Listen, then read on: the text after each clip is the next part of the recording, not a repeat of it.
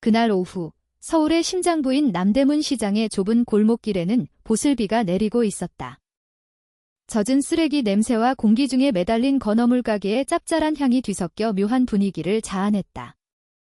쌓여있는 골판지 상자와 빈 병들 사이로 창백한 얼굴과 남루한 옷차림의 한 젊은 여성이 묵묵히 폐지를 줍고 있었다. 그녀의 이름은 강서연, 나이는 22살 남짓 되어 보였다. 주변 상인들은 그녀를 시장에 나타난 지 얼마 안 된 새로운 폐지 수집가로만 알고 있었다. 몸은 작았지만 그녀의 손놀림은 재빠르고 군더더기가 없었다. 매일 아침 그녀는 커다란 자루를 등에 메고 축축한 길거리를 누볐다. 말수가 적었고 다른 사람과 눈을 마주치는 일은 더더욱 없었다. 시장 사람들에게 강서연은 그저 도시의 잔해 속에서 생계를 이어가는 수많은 가난한 이들 중 한 명일 뿐이었다.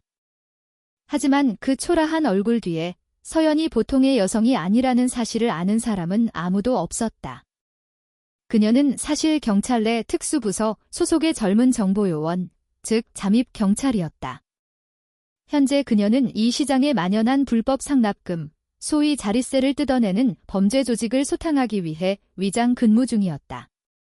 오랫동안 이 조직은 일부 부패한 경찰의 비호 아래 암암리에 활동해온 것으로 의심받고 있었다. 이런 위장 임무는 서연에게 처음이 아니었다. 정보요원이 되기 전 그녀는 강력계 형사로 근무하며 명성을 쌓았다. 명석한 두뇌와 대담함, 그리고 어떤 상황에서도 적응하는 능력으로 정평이 나 있었다. 하지만 이번 임무는 차원이 다른 위험을 동반했다. 공식적인 신분도, 동료의 즉각적인 지원도, 그 어떤 보호 장치도 없이 맨몸으로 현장에 뛰어들어야 했다. 임무의 목표는 단순했지만 지극히 위험했다. 남대문 시장의 자릿세 갈취 조직의 배후, 특히 그들을 비호하는 제복 입은 자들의 정체를 밝혀내는 것. 최근 보고서에 따르면 영세 상인들은 경찰의 하수인을 자처하는 한 무리의 남자들에게 매주 보호비를 강요당하고 있었다. 서연이 위장 생활을 시작한 지는 벌써 2주가 지났다. 그녀는 시장 뒤편, 햇빛조차 들기를 꺼리는 작은 단칸방에서 살았다. 의심을 피하고 자연스럽게 상인들 사이에 녹아들기 위해 폐지 줍는 사람으로 위장한 것이었다. 그곳에서 그녀는 범인들의 행동 패턴을 관찰했다. 누가 나타나는지, 누가 돈을 걷는지, 그리고 누가 밤에 경비 초소를 드나드는지. 하지만 아직 한 가지, 직접적으로 연루된 경찰이 누구인지는 특정하지 못하고 있었다. 부패 경찰과의 첫 만남은 그날 오후에 이루어졌다. 서연이 한 국밥집 앞에서 모아온 빈 병의 무게를 달고 있을 때였다. 순찰차 한 대가 그녀 앞에 급정거했고 차에서 2명의 경찰이 내렸다. 그중 한 명은 몸집이 크고 콧수염이 짙었으며 해가 저물어가는 시간임에도 검은 선글라스를 끼고 있었다. 명찰에는 박철민 경사라고 적혀 있었다. 어이, 거기서 뭐해? 박 경사가 거친 말투로 물으며 서연을 머리부터 발끝까지 훑어보았다. 서연은 공손하게 고개를 숙였다. 그냥 빈병 좀 모으고 있습니다. 박 경사는 코웃음을 치더니 서연 옆에 놓인 자루를 발로 툭 찼다. 여긴 내 구역이야. 여기서 밥 벌어 먹고 싶으면 허락을 받아야지. 알아들어. 서연은 일부러 어리둥절한 표정을 지었다. 허락이라니요, 경사님. 저는 그냥 폐지 줍는 사람인데요. 이것 봐라. 말대꾸 안에 박 경사가 목소리를 높였다. 잘 들어.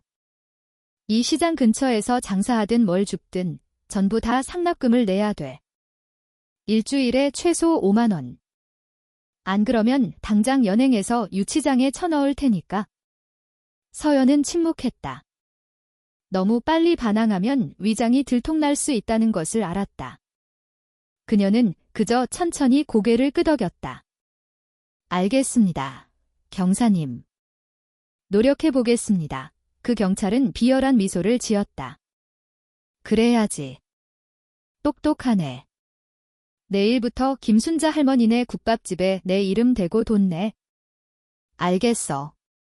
서연은 다시 한번 고개를 끄덕이며 겁먹은 척했다.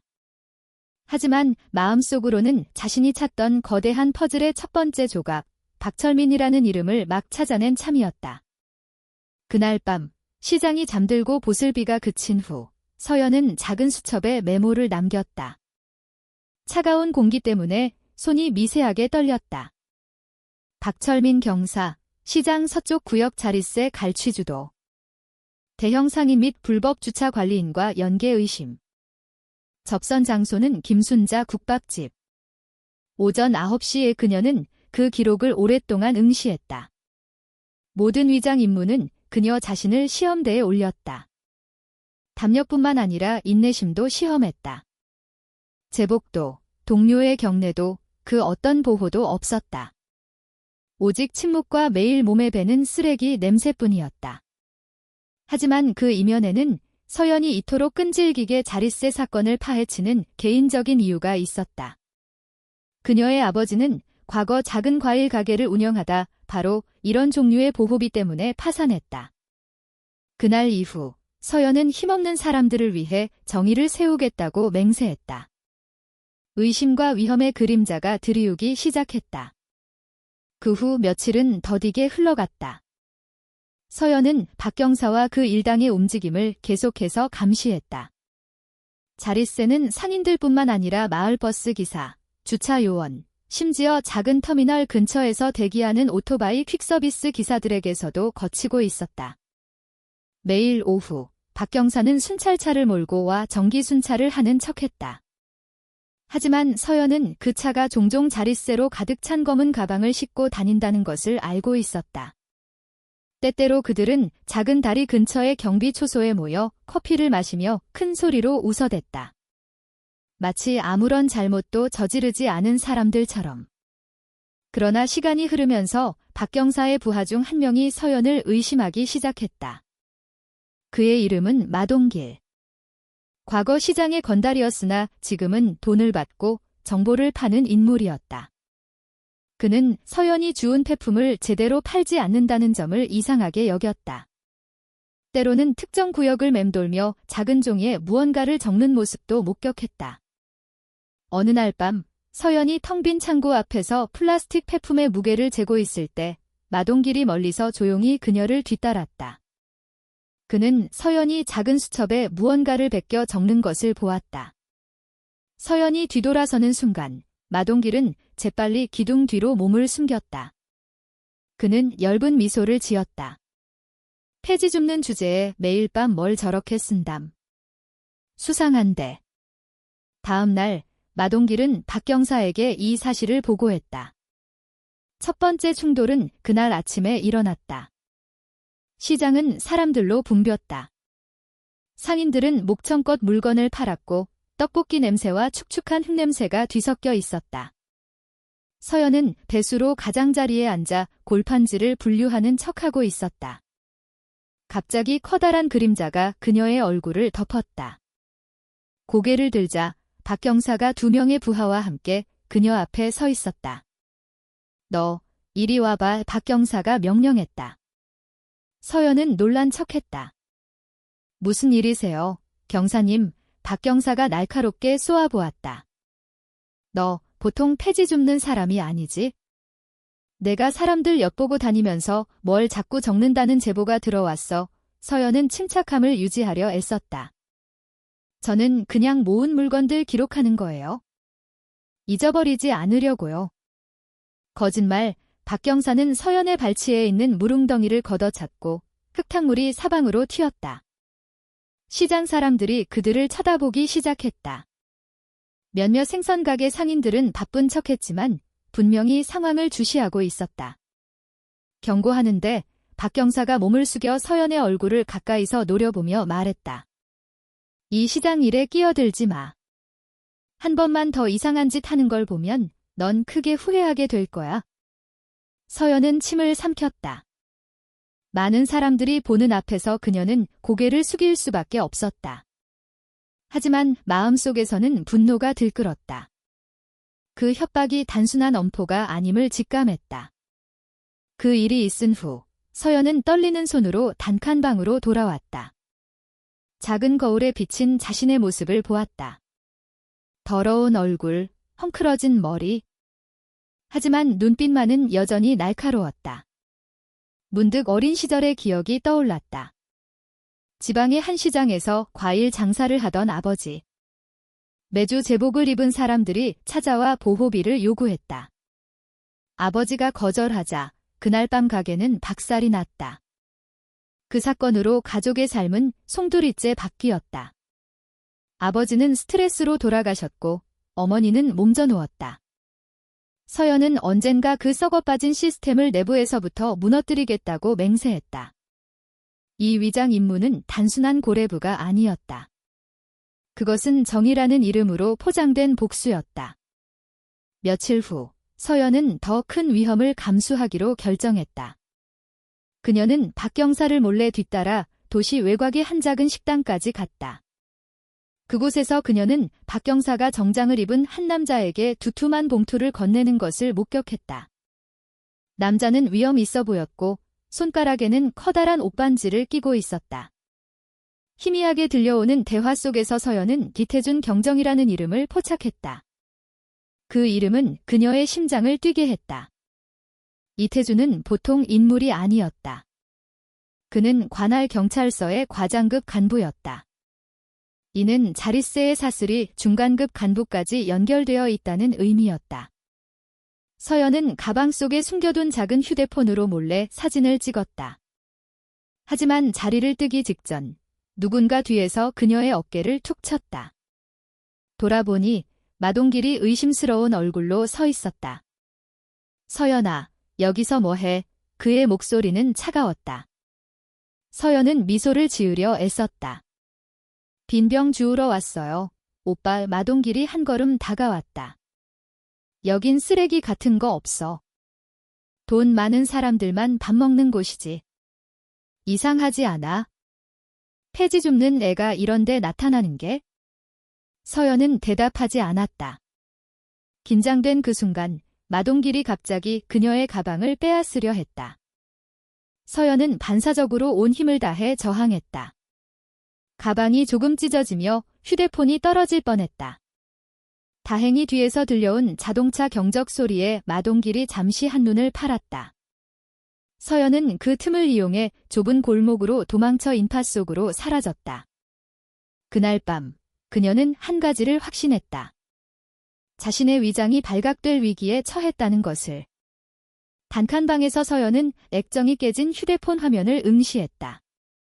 아까 찍은 사진들은 박 경사와 이태준 경정의 만남을 명확하게 보여주었다.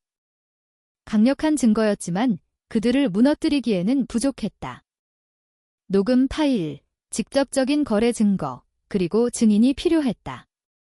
하지만 시간이 없었다. 만약 마동길이 정말로 보고했다면 내일 아침 박 경사는 분명 움직일 것이었다. 서연은 결정을 내려야 했다. 발각될 위험을 무릅쓰고 임무를 계속할 것인가, 아니면 모든 것이 늦기 전에 위장을 끝낼 것인가. 그녀는 버티기로 했다. 지금 멈추면 이 모든 희생이 헛수고가 돼 그녀는 나지막이 중얼거렸다.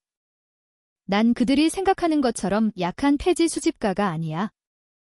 무거운 숨을 내쉬며 서연은 다음 계획을 세웠다. 그녀는 자릿세가 모이는 장소인 국밥집 주인 김순자 할머니에게 접근하기로 했다. 할머니는 친절하고 상냥해 보였지만 서연은 그녀가 보이는 것보다 더 많은 비밀을 간직하고 있을 거라 짐작했다. 밖에서는 다시 비가 내리기 시작했다. 빗방울이 양철 지붕을 두드리는 소리가 규칙적으로 울렸다. 빗소리 속에서 서연은 흐릿한 창문을 바라보며 속으로 다짐했다. 만약 그들이 날 그냥 폐지 줍는 여자애로 생각한다면 내 진짜 정체를 알았을 때 크게 놀라게 될 거야. 그날 밤 강서연의 위장 임무는 더욱 어둡고 위험한 국면으로 접어들고 있었다. 남대문 시장의 아침은 언제나 일찍 시작되었다. 상인들의 외침과 채소를 실어 나르는 오토바이 소리가 뒤섞였다. 밤새 내린 비로 공기는 여전히 축축했다. 그 인파 속에서 서연은 자루를 등에 맨 채 천천히 걸었다. 걸음걸이는 평범해 보였지만 그녀의 눈은 모든 구석을 날카롭게 훑고 있었다. 목적지는 분명했다. 박철민 경사가 상납금 수거 지점으로 지목한 김순자 할머니의 국밥집이었다. 가게는 나무로 지어진 소박한 모습에 양철 지붕을 얹고 있었다. 가게 앞 커다란 솥에서는 돼지국밥이 김을 내며 구수한 냄새를 풍겼다. 하지만 눈썰미 좋은 사람이라면 무언가 이상한 점을 발견했을 것이다. 매일 아침 남루한 옷차림의 남자 몇몇이 번갈아 와서 작은 봉투를 김순자 할머니에게 건넸다. 밥을 사기 위한 것이 아니라 계산대 아래 철제 서랍으로 직행하는 돈이었다. 서연은 커피를 사는 척하며 가게에 들렀다. 그녀는 계산대에서 적당히 떨어진 문과 긴 의자에 앉았다. 그곳에서는 김순자 할머니의 행동을 관찰하기 좋았다. 할머니는 45세 정도로 풍채가 좋고 미소는 넓었지만 눈빛은 친구와 적을 가려내는데 익숙한 사람처럼 날카로웠다.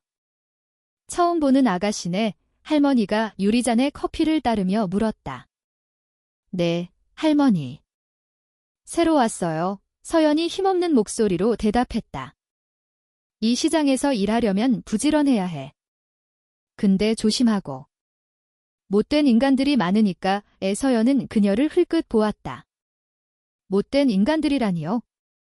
아, 살다 보면 저절로 알게 될 거야. 할머니는 미소를 지으며 재빨리 말을 돌렸다. 커피나 마셔. 서연은 천천히 커피를 한 모금 마셨다. 그 말투가 단순한 안부가 아니라 은근한 경고라는 것을 알았다. 더 물어보기도 전에 두 명의 남자가 봉투를 들고 와 할머니에게 불쑥 내밀었다.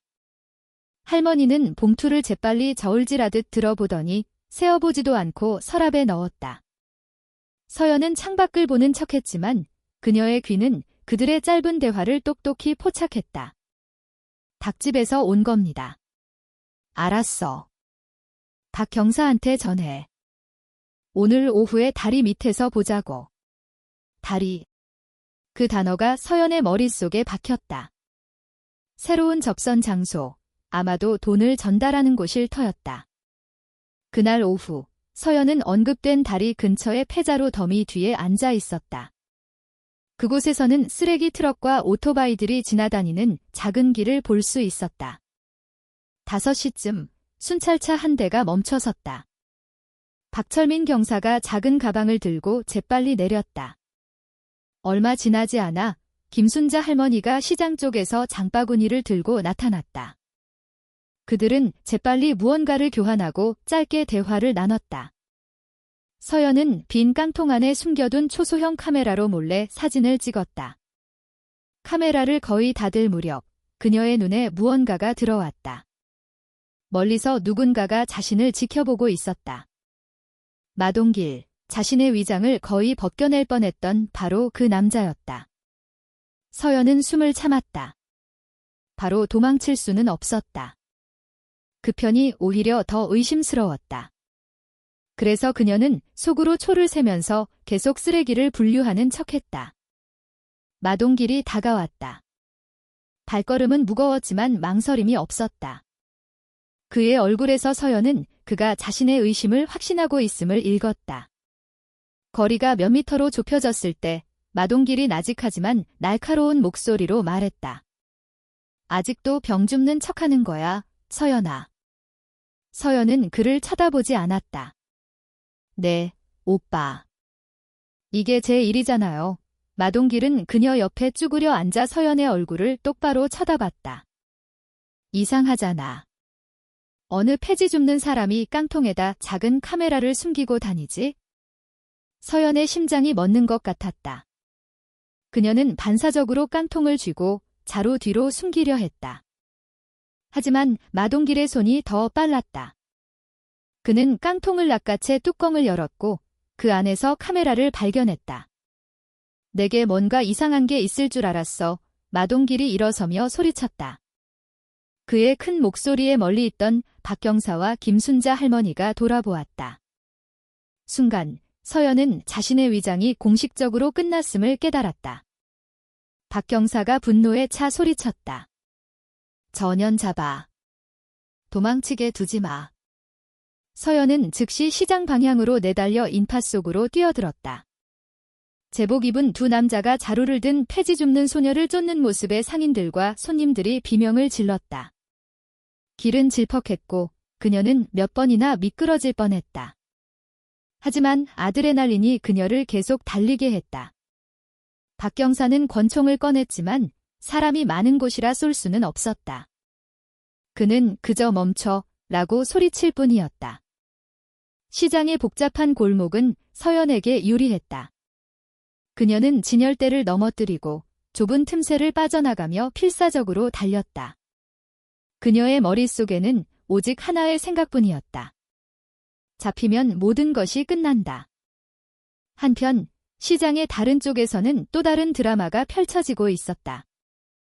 수십 년간 그곳에서 채소를 팔아온 상인, 최 사장님은 최근 부쩍 심해진 박경사의 행패에 진절머리가 난 상태였다.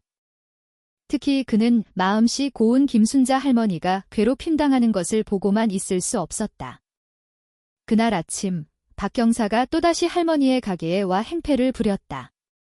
할멈, 이주나 밀렸어. 내가 화내는 꼴을 봐야 돈을 낼 건가? 박경사의 목소리가 시장에 울려 퍼졌다. 김순자 할머니는 배추를 다듬던 손을 멈췄다. 박경사, 내가 말했잖소. 난 영세 상인이야. 매주 5만 원씩 내면 남는 게 없다고. 핑계 대지 마. 다른 사람들은 다 내는데 박경사가 날카롭게 쏘아붙였다.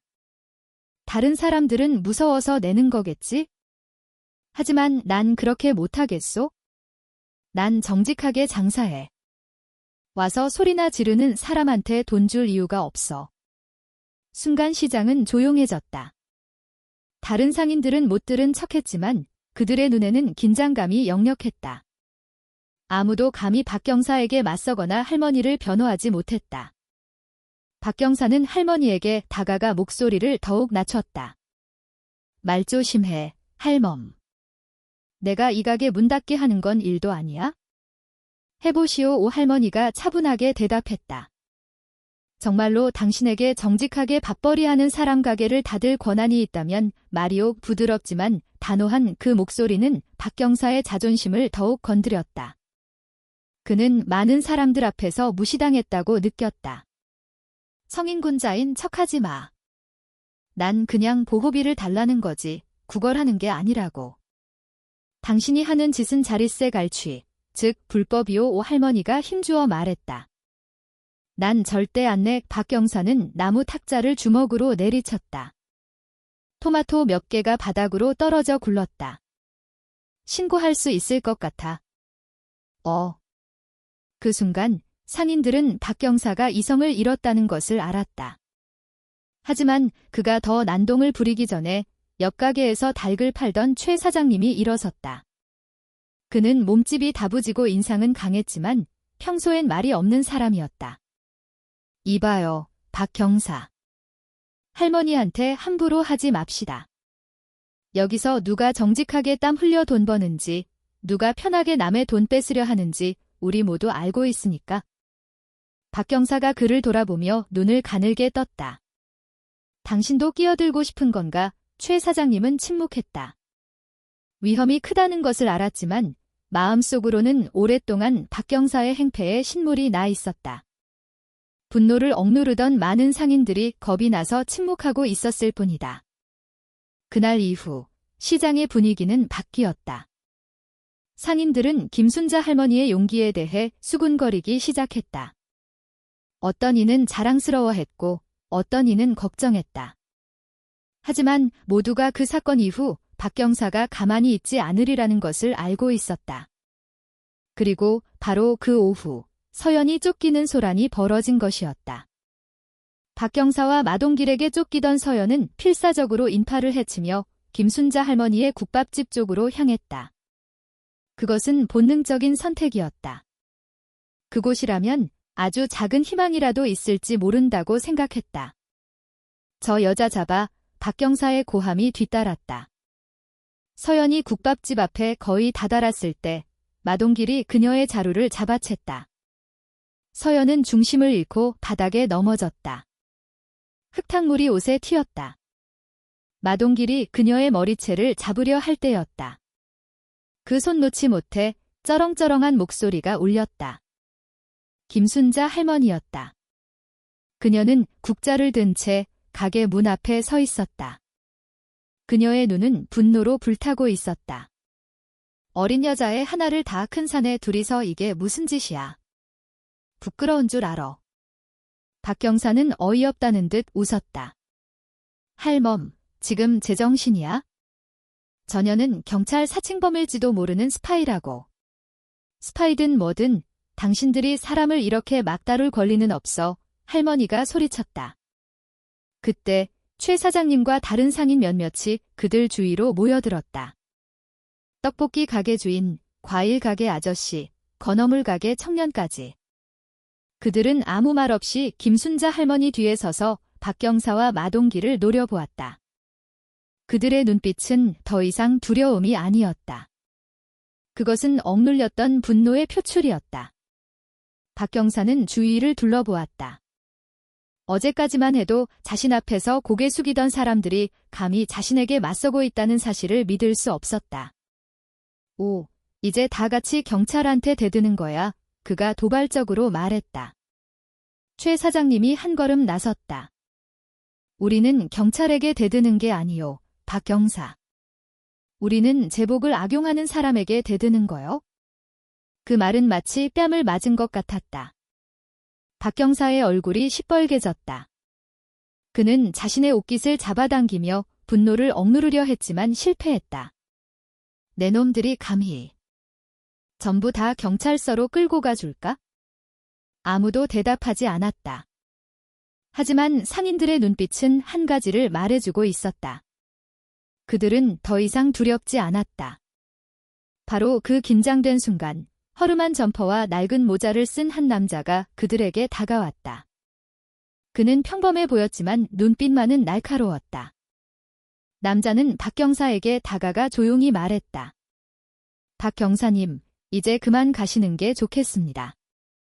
넌 또 뭐야? 박경사가 소리쳤다. 남자는 주머니에서 신분증을 꺼냈다. 순간 모두가 숨을 죽였다. 신분증에는 경찰청 감찰과 임진우 경위라고 적혀 있었다. 박 경사는 숨이 멎는 것 같았다. 임진우 경위가 말했다.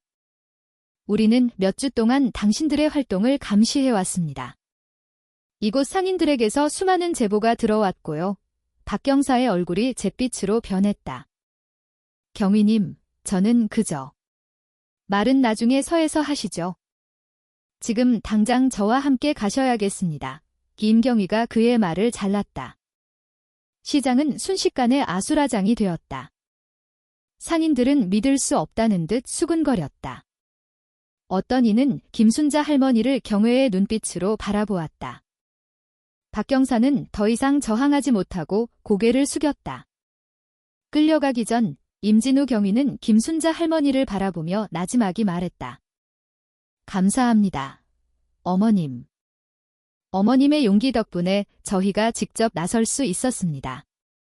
이런 사건은 용기 내어 말하는 사람이 없으면 증명하기가 어렵습니다. 할머니는 감격에 겨워 고개를 숙였다. 저는 그저 힘없는 사람들이 계속 밟히는 게 싫었을 뿐입니다. 임경위는 희미하게 미소 지었다. 어머님 같은 분들 덕분에 이 나라에 아직 정의가 설 자리가 있는 겁니다. 그리고 그는 넘어져 있는 서연에게 다가가 손을 내밀었다. 강서연 경위, 고생 많았다. 서연은 그의 손을 잡고 일어섰다. 흑투성이인 그녀의 얼굴에 안도의 미소가 번졌다. 잠입 임무는 끝났다. 하지만 이야기는 아직 끝나지 않았다. 이 사건의 배후에는 더 큰 조직이 있었고 남대문 시장은 다시 한번 힘없는 사람들의 투쟁이 어떻게 거대한 부패를 무너뜨릴 수 있는지 증명하는 역사의 현장이 될 것이었다. 동쪽 하늘에서 새벽빛이 번지며 서울의 하늘을 부드러운 주황빛으로 물들였다. 남대문 시장은 평소처럼 다시 활기를 찾았다. 하지만 한 가지 큰 변화가 있었다. 더 이상 상인들 주위를 어슬렁거리며 자릿세를 요구하는 거만한 경찰의 모습은 보이지 않았다. 상인들의 얼굴은 한결 편안해 보였다. 시멘트 바닥에 군화 소리가 울릴 때마다 느끼던 불안감은 사라졌다. 경찰서 내부 분위기는 무겁게 가라앉아 있었다. 박철민 경사를 포함한 부패 경찰들은 창백한 얼굴로 조사실에 앉아 있었다. 그들은 자신들의 경찰 인생이 끝났다는 것을 이미 알고 있었다. 그들 앞에 이번에는 잠입 경찰의 남루한 옷이 아닌 단정한 정보경찰 제복을 입은 강서연 경위가 서 있었다. 신분증과 임무 수행 서류가 그녀의 정체를 증명했다. 철문이 삐걱거리며 열리고 서연의 직속 상관인 한지혁 총경이 단호한 걸음으로 들어왔다. 내가 말했지? 자네들의 임무는 국민을 보호하는 것이지 억압하는 게 아니라고 그는 차분하지만 날카로운 어조로 말했다. 그런데 자네들은 이 조직의 명예를 지키기 위해 싸우는 사람을 억압했어. 3명의 경찰은 고개를 숙일 뿐이었다. 더 이상의 변명은 없었다. 서연은 증오가 아닌 실망이 가득한 눈으로 그들을 바라보았다. 제가 현장에 나간 것은 함정을 파기 위해서가 아니었습니다. 국민들이 경찰을 얼마나 불신하는지 직접 확인하고 싶었기 때문입니다. 생각했던 것보다 상처가 훨씬 깊더군요. 며칠 후 시장에서 벌어진 사건을 담은 영상이 공식 보고서의 일부로 대중에게 공개되었다. 3분짜리 영상에는 서연이 거칠게 다뤄지는 모습, 그리고 결국 시장 상인들이 힘을 합쳐 잠입 경찰임이 밝혀진 폐지 줍는 소녀를 보호하는 모습이 담겨 있었다. 영상은 하룻밤 사이에 소셜미디어에서 폭발적인 반응을 얻었다. 김순자 할머니, 존경합니다. 드디어 국민의 편에서는 진짜 경찰이 나타났다. 다른 경찰들도 보고 배워야 한다. 폐지 줍는 소녀인 줄 알았는데 위장한 정의의 사도였다니 영화 같다. 남대문 시장은 시 정부의 주목을 받게 되었다. 길이 보수되고 공공시설이 개선되었으며 자릿세 문제는 완전히 근절되었다. 상인들은 종종 시장을 찾아오는 서연의 모습을 볼 수 있었다. 이번에는 위장 없이 그저 따뜻한 미소와 인사를 건네는 평범한 모습이었다. 강경희님, 이리 와서 국밥 한 그릇 하고 가. 시장의 영웅은 공짜야, 김순자 할머니가 소리쳤다. 서연은 작게 웃었다. 어머님, 그러시면 제가 매일 출근 도장 찍을지도 몰라요. 하지만 이 모든 것 뒤에서 서연은 자신의 임무가 아직 끝나지 않았음을 알고 있었다. 시장의 사건은 더 높은 차원의 부패, 사슬의 일부에 불과했다. 그러나 적어도 그녀의 작은 투쟁은 새로운 희망의 불씨를 지폈다. 정직과 용기는 잠시 오해받을지언정 결국 무언가를 바꿀 수 있다는 희망을. 어느 날 밤 서연은 시장 근처의 작은 다리 위에 서서 가로등 불빛에 반짝이는 개천을 내려다보았다. 밤바람이 부드럽게 불어와 젖은 흙냄새와 다시 정상으로 돌아온 삶의 소리를 실어날랐다. 한지혁 총경이 다가와 그녀 옆에 섰다. 큰일을 해냈어, 강경희. 하지만 아직도 마음에 짐이 남아있는 것 같군. 서연은 시장 쪽을 멀리 바라보았다. 저는 그저 국민들이 다시 이 제복을 믿어주셨으면 합니다. 그분들이 두려움 없이 웃을 수 있다면 그걸로 충분합니다. 한 총경은 고개를 끄덕였다. 그것이 바로 자네가 이곳에 있어야 할 이유지. 몇 달 후 남대문 시장을 관할하는 경찰서는 자릿세 청정구역으로 선포되었다. 내부 개혁 프로그램이 시작되었고 정직한 경찰들에게 목소리를 낼 기회가 주어졌다. 경찰서 앞에는 억압이 아닌 보호라는 글귀가 적힌 커다란 현수막이 걸렸다. 이제 경감으로 승진한 서연은 그 현수막을 지나치며 차분한 걸음으로 걸었다. 한때 두려움에 고개 숙이던 시민들이 이제 그녀를 보며 미소로 인사했다. 그녀의 가슴에는 여전히 정보경찰 배지가 달려 있었다. 하지만 이제 그녀는 자신의 정체를 증명하기 위해 더 이상 위장할 필요가 없었다. 그녀는 더 이상 힘없는 폐지 수집가가 아니라 진실은 때로 가장 예상치 못한 곳에서 온다는 상징으로 알려지게 되었다. 다시 활기를 되찾은 시장의 헌소 속에서 김순자 할머니의 목소리가 다시 울려 퍼졌다. 강경감. 국밥 아직 공짜야. 서연은 웃음을 터뜨렸다. 그럼 저 공식적으로 단골 손님 할게요, 어머님. 그녀는 소박한 나무 의자에 앉아 따뜻한 국밥 한 그릇을 즐기며 이제 평화 속에서 살아 숨쉬는 시장의 풍경을 바라보았다. 위장 임무는 끝났을